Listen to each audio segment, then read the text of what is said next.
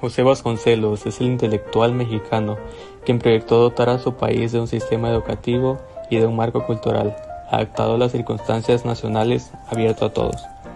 Siempre consideró que la cultura es un mecanismo reivindicador de la raza y creyó en el mexicano que puede conquistar el espíritu, el intelecto y la grandeza. José Vasconcelos fue el primer secretario de Educación Pública. Apoyaba su propia teoría de la raza cósmica, en la que indicaba que en América surgiría una quinta raza, que sería el resultado de la unión de todas las demás. Esos nuevos hombres estarían a cargo de la construcción de una nueva civilización. Se oponían fehacientemente al positivismo, por eso que propuso cambiar el nombre de Secretaría de Instrucción Pública a Secretaría de Educación Pública. En esta se expone que la selección natural hará que las características menos deseables, tanto específicas como intelectuales, como de comportamiento, sean desechadas por los nuevos individuos, que serán los únicos capaces de lograr la construcción de nuestra civilización en su etapa más avanzada. Considerado el iniciador de la filosofía de lo mexicano, su obra constituye una de las más valiosas aportaciones a la cultura del país. Sus reflexiones filosóficas sobre México, su historia y cultura, su teoría sobre un nuevo humanismo, la historia de la filosofía en México, sus trabajos sobre la pintura mexicana y estudios de estética ejercieron una gran influencia en el pensamiento mexicano contemporáneo. Fue oficial mayor de la SEC en 1932 y 1933, director de la Facultad de la Filosofía y Letras en 1945 y 1952 y coordinador de las Humanidades de la UNAM en 1954 y 1959. Autor del Perfil del Hombre y la Cultura en México en 1934, Hacia un Nuevo Humanismo en 1940 e Historias de la Filosofía en México en 1943, recibió la condecoración Generalísimo Morelos de Michoacán y Las Palmas. Antonio Caso Andrade fue un filósofo mexicano cristiano. Fue rector de la entonces llamada Universidad Nacional de México de diciembre de 1921 a agosto de 1923. Junto con José Vasconcelos fundó el Ateneo de la Juventud, grupo humanista opuesto a la filosofía positivista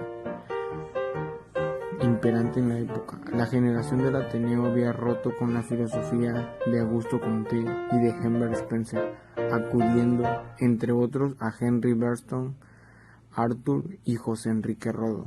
Contra el racionalismo imperante, los ateneístas creían en un ser humano moral, voluntarioso y espiritual. Miguel Luis León Portilla fue un filósofo e historiador mexicano, experto reconocido en materia del pensamiento y la literatura de la cultura náhuatl. Es autor de una amplia obra, donde estudia las creencias y tradiciones de las diferentes comunidades indígenas de nuestro país. Entre los títulos más importantes se encuentran La filosofía náhuatl, La versión de los vencidos y los antiguos mexicanos a través de sus crónicas y cantares.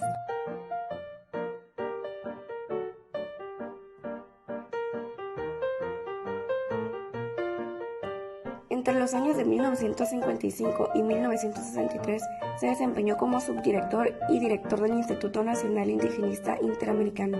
Asimismo, en 1963 ocupó la dirección del Instituto de Investigaciones Históricas de la máxima casa de estudios, cargo en el que permaneció por más de una década. Fue nombrado cronista de la Ciudad de México y a partir del año de 1995 ingresó a la Academia Nacional de Ciencias de los Estados Unidos en el área de Antropología e Historia. El trabajo de Miguel León Portilla se ha centrado en los pueblos indígenas y prehispánicos, desde el estudio de su lengua y literatura hasta la defensa de sus derechos. Entre las principales aportaciones de Sanz se encuentran la crítica a la filosofía europea. Se argumentó que la filosofía europea no puede ser aplicada de manera directa a México y a otros países latinoamericanos. El estudio de la historia de México. Sear se dedicó a estudiar la historia de México desde la época prehispánica hasta la actualidad. La defensa de la educación. Sear fue un defensor de la educación y la cultura como herramientas para la construcción de la identidad mexicana. Nacionalismo crítico. Sear propuso un nacionalismo crítico que reconociera los problemas y desafíos que enfrentaba México como país. En resumen, Leopardo Alsea realizó importantes aportaciones a la construcción de la identidad mexicana a través de su crítica a la filosofía europea, su estudio de la historia de México, su defensa de la educación y su propuesta de un nacionalismo crítico.